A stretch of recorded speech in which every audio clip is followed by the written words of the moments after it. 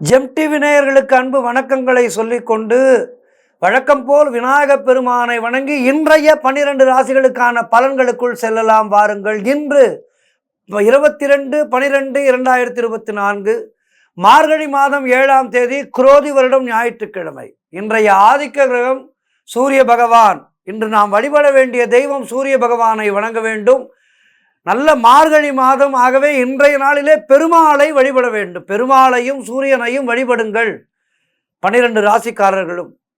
இன்றைய சூரிய உதயம் காலை 6:26 சூரிய அஸ்தமனம் மாலை 5:48 இன்றைய நல்ல நேரம் காலை 7:45 முதல் காலை 8:45 வரை, மதியம் 3 முதல் 4 வரை. இன்றைய ராகு காலம் மாலை 4:30 முதல் மாலை 6 வரை. இன்றைய யமகண்டம் மதியம் 12 முதல் 1:30 வரை. இன்றைய குளிகை நேரம் மதியம் 3 முதல் 4:30 வரை. இன்றைய சுபகோரை குருகோரை நேரம் காலை 11 முதல் மதியம் 12 வரை. இன்றைய நட்சத்திரம் இன்று காலை 8:56 வரை பூரம், அதன் பின்பு உத்திர நட்சத்திரம். இன்றைய திதி இன்று மாலை 4:50 வரை தேய்பிறை சப்தமி, அதன் பின்பு அஷ்டமி வருகின்றது. இன்றைய சந்திராஷ்டம நட்சத்திரம் அவிட்ட நட்சத்திரத்துக்கு சந்திராஷ்டமம் இருக்கின்றது, கவனமாக இருக்க வேண்டும். அடுத்து நாம் காண இருப்பது 12 ராசிகளுக்கான பலன்களை வாருங்கள் காணலாம். முதலாவதாக மேஷராசி அன்பர்களே, இன்று மதியம் வரை சந்திரன் உங்கள் ராசிக்கு 5ஆம் இடத்திலே இருக்கின்றார். உங்களுடைய ராசி அதிபதி செவ்வாய் ராசிக்கு 4ஆம் இடத்திலே இருக்கின்றார். ஆகவே இன்று அரசு வகையிலே நல்ல ஆதாயம் உண்டாகும். நினைத்த காரியங்கள் எல்லாம் நல்லபடியாக நடக்கக்கூடிய அற்புதமான நாள். எதிலும் வெற்றி உண்டாகும். நீங்கள் என்ன செயல் செய்தாலும் அதிலே வெற்றி. ஆகவே நல்ல செயல்களாக செய்யுங்கள். சிலருக்கு குழந்தை பாக்கியம் ஏற்படும். உடல் ஆரோக்கியத்திலே நல்ல முன்னேற்றம் உண்டாகும். மனக்குழப்பங்கள் தீருகின்ற அற்புதமான நாள்.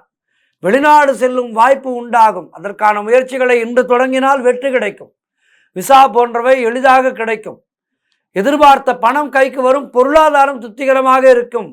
பிள்ளைகளால் பெருமை ஏற்படும். ஆகவே இன்றைய நாள் மேஷராசியினருக்கு கிரகங்கள் சாதகமான நிலையிலே இருக்க அற்புதமான நாளாக இருக்கின்றது. இன்றைய நாளிலே மார்கழி மாதம் பெருமாளை வணங்குங்கள், சூரியனை வணங்குங்கள். வாழ்த்துக்கள். அடுத்ததாக ரிஷபராசி அன்பர்களே, இன்று மதியம் வரை சந்திரன் உங்கள் ராசிக்கு 4ஆம் இடத்திலே இருக்கின்றார். உங்களுடைய ராசி அதிபதி சுக்கிரன் ராசிக்கு 9ஆம் இடத்திலே இருக்கின்றார். ஆகவே இன்று உங்களுக்கு பழைய பாக்கிகள் வசூலாகும். வெகு நாட்களாக வரவேண்டிய பணம் இருந்தால் இன்றைய நாளிலே உங்கள் தேடி வரும். உழைப்புக்கு ஏற்ற ஊதியம் கிடைக்கின்ற நாள். கடன் பிரச்சனைகள் முற்றிலுமாக தீரும். நண்பர்கள் மூலம் நல்ல அனுகூலம் உண்டாகும். கணவன் மனைவியிடையே நல்ல ஒற்றுமை ஏற்படும். திடீர் பணவரவு உண்டாகும். சிலருக்கு பதவி உயர்வு, வேலை மாற்றம் ஏற்படும். வீடு வண்டி வாகன மாற்றம் ஏற்படும். கூட்டு தொழிலிலே நல்ல லாபம் ஏற்படும். திருமணம் சம்பந்தமான சுபகாரிய பேச்சுவார்த்தைகள் இனிதே முடியும். குலதெய்வ வழிபாடு வெற்றியை தரும். மனம் மிகவும் சந்தோஷமாக இருக்கின்ற நாள். பழைய பாக்கிகள் வசூலாகும். காரிய வெற்றிகள் உண்டாகின்ற நாள். ஆகவே இன்றைய நாளிலே மிகவும் சிறப்பாக இருக்கின்றது. பெருமாளை வணங்குங்கள், சூரியனை வணங்குங்கள். வாழ்த்துக்கள். அடுத்ததாக மிதுன ராசி அன்பர்களே, இன்று மதியம் வரை சந்திரன் உங்கள் ராசிக்கு 3ஆம் இடத்திலே இருக்கின்றார். உங்களுடைய ராசி அதிபதி புதன் ராசிக்கு 6ஆம் இடத்திலே இருக்கின்றார். ஆகவே இன்று உங்களுக்கு திருமணம் சம்பந்தமான சுபகாரிய பேச்சுவார்த்தைகள் சுபமாக முடியும். வியாபாரத்திலே நல்ல முன்னேற்றம் உண்டாகும். அலுவலகத்திலே இருந்து வந்த நெருக்கடிகள் குறையும். காரிய வெற்றிகள் உண்டாகும். கடன் பிரச்சனைகள் முற்றிலுமாக தீரும். சிலருக்கு வீடு வண்டி வாகன மாற்றம் உண்டாகும். நண்பர்கள் மூலம் நல்ல அனுகூலம் உண்டாகும். பொருளாதாரம் திருப்திகரமாக இருக்கும். பிள்ளைகளால் பெருமை ஏற்படுகின்றன. எல்லா வகையிலும் இன்றைய நாள் மிக சிறப்பாக இருக்கின்றது. மேலும் சிறப்புகளை பெறுவதற்கு சூரியனை வணங்குங்கள், பெருமாளை வணங்குங்கள். வாழ்த்துக்கள். அடுத்ததாக கடகராசி அன்பர்களே, இன்று மதியம் வரை சந்திரன் உங்கள் ராசிக்கு 2ஆம் இடத்திலே இருக்கின்றார். இன்று அரசு வகையிலே நல்ல ஆதாயம் உண்டாகும். பெயரும் புகழும் கிடைக்கும். ஏதேனும் ஒரு வேலையை எடுத்துக்கொண்டால் அதிலே நல்ல பெயரும் புகழும் கிடைக்கின்றன. வேலையிலே உங்களுடைய திறமைகள் எல்லாம் வெளிப்படுகின்ற நாள். அற்புதமான நாள் இன்றைய நாள். காரிய தடைகள் விலகும். வெகு நாட்களாக குழந்தை பாக்கியத்திற்காக காத்திருக்கின்ற தம்பதிகளுக்கு குழந்தை பாக்கியம் உண்டாகும். பொருளாதார வளர்ச்சி உண்டாகும். எதிர்பார்த்த பணம் கைக்கு வரும். குடும்ப ஒற்றுமை சந்தோஷத்தை தரும். கடன் பிரச்சனை இனி இல்லை. சுபகாரியங்கள் நடக்கக்கூடிய அற்புதமான நாளாக இன்றைய நாள் கடக ராசியினருக்கு இருக்கின்றது. ஆகவே இன்றைய நாளிலே மேலும் சிறப்புகளை பெறுவதற்கு என்ன செய்ய வேண்டும்? பெருமாளை பற்றி கொள்ளுங்கள். பெருமாளை வணங்குங்கள், சூரியனை வணங்குங்கள். வாழ்த்துக்கள். அடுத்ததாக சிம்ம ராசி அன்பர்களே, இன்று மதியம் வரை சந்திரன் உங்கள் ராசியிலேயே இருக்கின்றார். உங்களுடைய ராசி அதிபதி சூரியன் ராசிக்கு 5ஆம் இடத்திலே இருக்கின்றார். சரி சார், அதனால என்ன ஆகும் என்று நீங்கள் கேட்டீர்கள் என்றால், இன்றைய நாளிலே உங்களுக்கு புதிய முயற்சிகள் எல்லாம் வெற்றி கிடைக்கும். நண்பர்கள் மூலம் எதிர்பார்த்த உதவிகள் கிடைக்கும். சிலருக்கு தந்தை வழியிலே நல்ல அனுகூலம் உண்டாகும். வியாபாரத்திலே நல்ல வளர்ச்சி உண்டாகும். பதவி உயர்வு, வேலை மாற்றம் சிலருக்கு ஏற்படும். பொருள் வரவு, தனலாபம் அதிகரிக்கின்றன. கணவன் மனைவியிடையே நல்ல ஒற்றுமை உண்டாகும். சுபகாரியங்கள் நடக்கக்கூடிய அற்புதமான நாள். கூட்டு தொழிலிலே நல்ல லாபங்கள் ஏற்படும். எல்லா வகையிலும் இன்றைய நாள் மிக சிறப்பாக இருக்கின்றது. ஆகவே இன்றைய நாளிலே சூரியனை வணங்குங்கள், பெருமாளை வணங்குங்கள். வாழ்த்துக்கள். அடுத்ததாக கன்னியா ராசி அன்பர்களே, இன்று மதியம் வரை சந்திரன் உங்கள் ராசிக்கு 12ஆம் இடத்திலே இருக்கின்றார். உங்களுடைய ராசி அதிபதி புதன் ராசிக்கு 3ஆம் இடத்திலே இருக்கின்றார். ஆகவே இன்று புதிதாக கடன் எதுவும் வாங்கக்கூடாது. சிலருக்கு வேலை மாற்றம் ஏற்படும். அலுவலகத்திலே வேலை பளு அதிகமாக இருக்கும். வீண் வாக்குவாதங்களை எல்லாம் தவிர்க்க வேண்டிய நாள் இன்றைய நாள். உத்தியோக உயர்வு, பதவி உயர்வு, பணியிட மாற்றம் போன்றவை ஏற்படும். உடல் ஆரோக்கியம் சிறப்பாக இருக்கும். குலதெய்வ வழிபாடு வெற்றியை தரும். அலுவலகத்திலே மற்றவர்களுடைய பிரச்சனைகளிலே தலையிடக்கூடாது. தொழிலிலே புதிய முதலீடுகளை தவிர்க்க வேண்டும். ஆகவே இன்றைய நாளிலே மௌனத்தை கடைபிடியுங்கள். அனாவசியமாக எதுவும் பேசாதீர்கள். யாருடைய விஷயத்திலும் பஞ்சாயத்துக்கு செல்லாதீர்கள். அப்படி இருந்தால் இன்றைய நாள் சிறப்பாக இருக்கும். சூரியனை வணங்குங்கள். கண்ணுக்கு தெரிந்த தெய்வம். அதிகாலை எழுந்து சூரிய பகவானை வணங்கி, சூரிய பகவானே, ஆதித்யனே, இன்றைய நாள் சிறப்பாக இருக்க எனக்கு அருள் புரிவாயாக என்று அவரிடம் வேண்டிக் கொள்ளுங்கள். பெருமாளை வணங்குங்கள். வாழ்த்துக்கள். அடுத்ததாக துலாம் ராசி அன்பர்களே, இன்று மதியம் வரை சந்திரன் உங்கள் ராசிக்கு 11ஆம் இடத்திலே இருக்கின்றார். உங்களுடைய ராசி அதிபதி சுக்கிரன் ராசிக்கு 4ஆம் இடத்திலே இருக்கின்றார். ஆகவே இன்று குழந்தை பாக்கியத்திற்காக காத்திருந்தவர்களுக்கெல்லாம் சந்தான பிராப்தி உண்டாகின்ற நாள். காரிய தடைகள் விலகி நீங்கள் எடுக்கும் முயற்சிகள் எல்லாம் வெற்றியை தரும். பண வரவு அதிகரிக்கும். தொட்டதெல்லாம் பொன்னாகக்கூடிய அற்புதமான நாள்.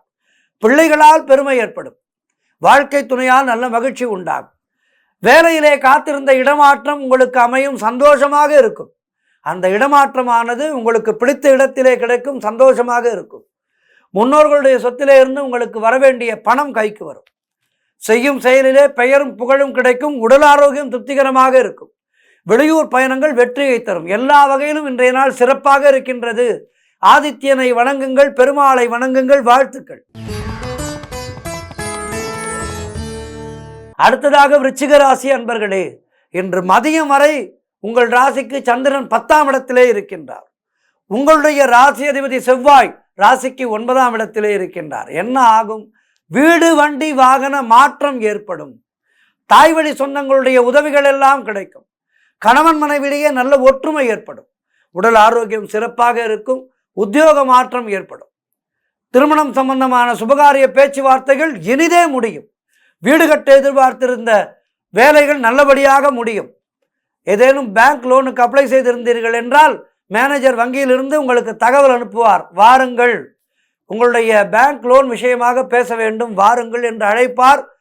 போய் சென்று பார்த்து பேசினீர்கள் என்றால் நல்லபடியாக முடிந்துவிடும். ஆகவே வீடு கட்டுவதற்கான காலம் கனிந்து விட்டது. தை மாதத்திலே வேலையை துவங்கி விடலாம். ஆகவே சிறப்பான நாளாக இருக்கின்றது. எல்லா வகையிலும் சிறப்பு. பொருளாதாரம் திருப்திகரமாக இருக்கும். மனதிலே சந்தோஷம் குடிகொள்ளும். எல்லா வகையிலும் ஏற்றமான நாள். வாழ்த்துக்கள். ஆதித்யனை வணங்குங்கள், பெருமாளை வணங்குங்கள். வாழ்த்துக்கள். அடுத்ததாக தனுசு ராசி அன்பர்களே, இன்று மதியம் வரை சந்திரன் உங்கள் ராசிக்கு 9ஆம் இடத்திலே இருக்கின்றார். உங்களுடைய ராசி அதிபதி குரு ராசிக்கு 6ஆம் இடத்திலே இருக்கின்றார். ஆகவே இன்று நீங்கள் நினைத்ததெல்லாம் நல்லபடியாக நடக்கக்கூடிய அற்புதமான நாள். வெளியூர் பயணங்கள் வெற்றியை தரும். காரிய தடைகள் விலகும். கூட்டு தொழிலிலே நல்ல லாபம் ஏற்படும். உறவினர்களால் நல்ல ஆதாயம் ஏற்படும். குழந்தைகளால் பெருமை ஏற்படும். உடல் ஆரோக்கியம் சிறப்பாக இருக்கும். எதிர்பார்த்த பணம் கைக்கு வரும். நண்பர்கள் மூலம் எதிர்பார்த்த உதவிகள் எல்லாம் கிடைக்கும். வேலையிலே இருந்து வந்த பிரச்சனைகள் எல்லாம் சரியாகின்ற நாள். எல்லா வகையிலும் இன்றைய நாள் மிக மிக சிறப்பாக இருக்கின்றது. மேலும் சிறப்புகளை பெறுவதற்கு என்ன செய்ய வேண்டும்? பெருமாளை வணங்குங்கள், சூரியனை வணங்குங்கள். வாழ்த்துக்கள். அடுத்ததாக மகர ராசி அன்பர்களே, இன்று மதியம் வரை சந்திரன் உங்கள் ராசிக்கு 8ஆம் இடத்திலே இருக்கின்றார். உங்களுடைய ராசி அதிபதி சனி ராசிக்கு 2ஆம் இடத்திலே இருக்கின்றார். இன்றைய நாள் சந்திராஷ்டம நாளாக இருக்கின்றது. மௌனத்தை கடைபிடியுங்கள். சிலருக்கு வீண் விரயங்கள் ஏற்படும். ஆகவே செலவு செய்யும் போது கவனமாக செலவு செய்யுங்கள். வேலையிலே சில பிரச்சனைகள் ஏற்படும். ஆகவே கவனத்துடன் வேலை செய்யுங்கள். பெரும்பாலும் மௌனமாக இருந்துவிட்டால் பிரச்சனையே இல்லை. கணவன் மனைவிக்குள் பிரச்சனை ஏற்பட்டு விலகும். ஆகவே பேச்சை குறைத்து கொள்ளுங்கள். தேவையில்லாத அலைச்சல் ஏற்படும். உடல் ஆரோக்கியத்திலே கவனம் தேவை. வீண் வாக்குவாதங்களை எல்லாம் தவிர்க்க வேண்டிய நாள். குலதெய்வத்தை மனதிலே நினைத்து கொண்டே இருங்கள். சூரிய பகவானை வணங்குங்கள், பெருமாளை வணங்குங்கள். மௌனத்தை கடைபிடித்து இன்றைய நாளை கடந்து செல்லுங்கள். வாழ்த்துக்கள். அடுத்ததாக கும்பராசி அன்பர்களே, இன்று மதியம் வரை சந்திரன் உங்கள் ராசிக்கு 7ஆம் இடத்திலே இருக்கின்றார். உங்களுடைய ராசி அதிபதி சனி ராசியிலேயே இருக்கின்றார். ஆகவே இன்று உங்களுக்கு வீடு, வண்டி, வாகன யோகம் உண்டாகும். உங்களுடைய காரியங்கள் அனைத்தும் நல்லபடியாக நடக்கக்கூடிய அற்புதமான நாள். உத்தியோகத்திலே சம்பள உயர்வு, பதவி உயர்வு போன்றவை கிடைக்கும். இடமாற்றம் சிலருக்கு ஏற்படும். திருமண பேச்சுவார்த்தைகள் சுபமாக முடியும். நண்பர்கள் மற்றும் உறவினர்களால் நல்ல ஆதாயம் உண்டாகும்.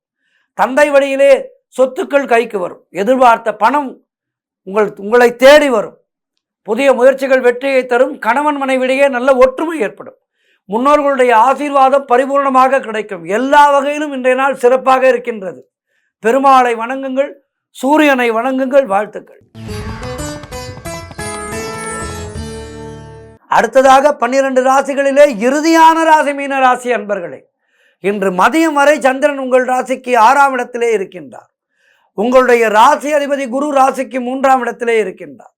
ஆகவே இன்று திருமணம் சம்பந்தப்பட்ட பேச்சுவார்த்தைகள் தள்ளி போகும். கணவன் மனைவிக்குள் கருத்து வேறுபாடுகள் ஏற்படலாம். காரிய தடைகள் ஏற்பட்டு விலகுகின்ற நாள். சிலருக்கு தேவையில்லாத செலவுகள் ஏற்படலாம்.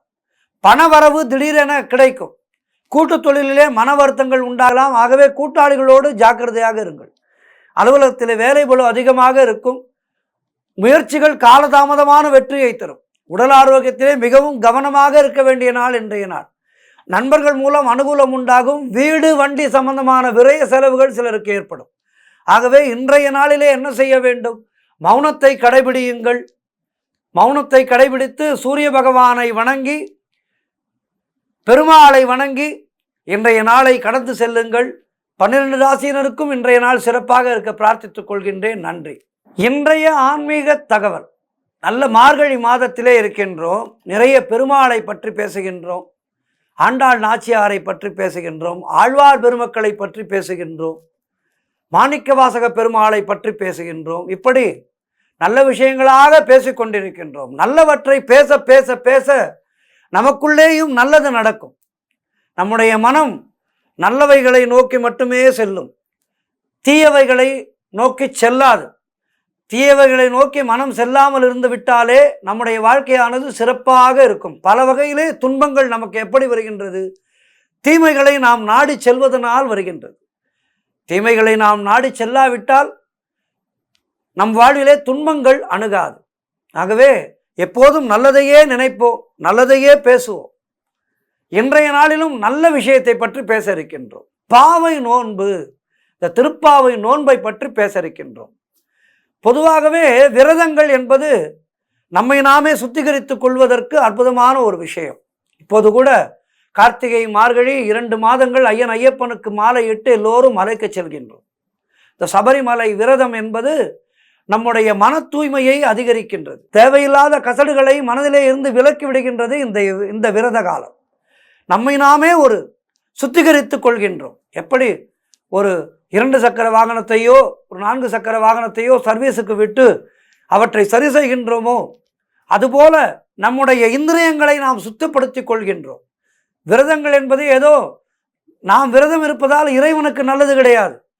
நாம் விரதம் இருப்பதால் நமக்கு நல்லது, நம்முடைய சந்ததிகளுக்கு நல்லது, நம்முடைய குடும்பத்துக்கு நல்லது. ஆகவே ஏதோ ஐயப்பனுக்காக விரதம் இருக்கின்றோம் என்று சொல்லாதீர்கள், சொல்லக்கூடாது. ஆண்டாள் நாச்சியாருக்காக பாவை நோன்பு இருக்கிறேன் என்று சொல்லக்கூடாது. நான் நல்லது பெறுவதற்காக, நான் நன்மை அடைவதற்காக ஆண்டாள் நாச்சியாரை நோக்கி விரதம் இருக்கின்றேன். நான் நன்றாக இருக்க வேண்டும் என்பதற்காக, என்னுடைய உடல்நலம் சிறப்பாக இருக்க வேண்டும் என்பதற்காக, என்னுடைய மனமானது பாதைக்கு செல்லாமல் இருக்க வேண்டும் என்பதற்காக ஐயன் ஐயப்பனை வேண்டி இந்த விரதத்தை மேற்கொள்கின்றேன் என்று சொல்ல வேண்டும்.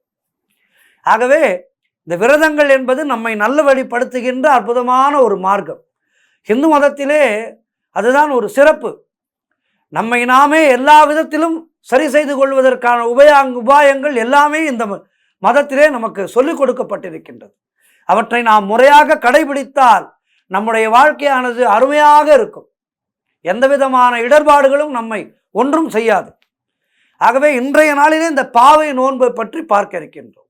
பாவை நோன்பு என்பது இயற்கை வழிபாட்டோடு தொடர்புடையது. மார்கழி திங்கள் மதி நிறைந்த நன்னாளில், அதாவது பௌர்ணமியில் தொடங்கிய பாவை நோன்பு தைத்திங்கள் முதலான தைப்பூசத்திலே நன்னீராடலோடு முடிகிறது. தை நீராடல் அப்படி என்றால் என்ன?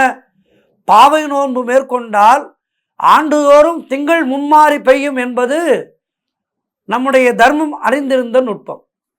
இன்று மார்கழி மாதம், பரதகண்டம் முழுவதும் சுப்பிரபாதம். இந்த மார்கழி மாதத்திலே ஆலயங்கள் முழுவதும் இந்த திருப்பாவையானது ஒலிக்கின்றது.